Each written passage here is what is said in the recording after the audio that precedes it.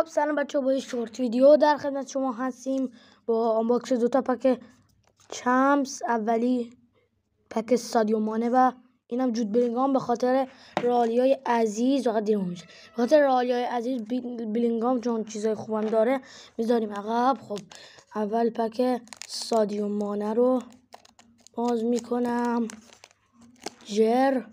بعد جر زدم بچه ها. اولین کارت یک کارت 99 بالاک همچین چیزیه بچه. برچسبش رو ببینیم. خب این تبلیغش که به جهنم. پرایم 4 نیمار با لباس تیم پاریس سن ژرمن. بریم برای پک جود بلینگام. خب آهان یه ژر خوشگل میخوام بزنم. خب اینم داغون شد ژرم. خب کارتو به ما نشون بده. رویال رونالدو پشمام، رویال رونالدو پشمام.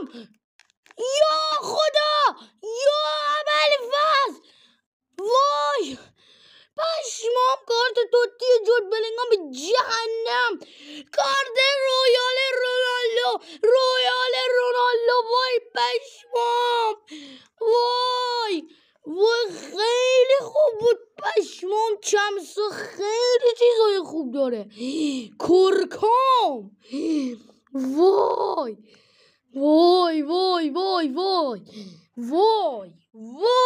خدا. تا یه ویدیو دیگه، بدرود بچه ها.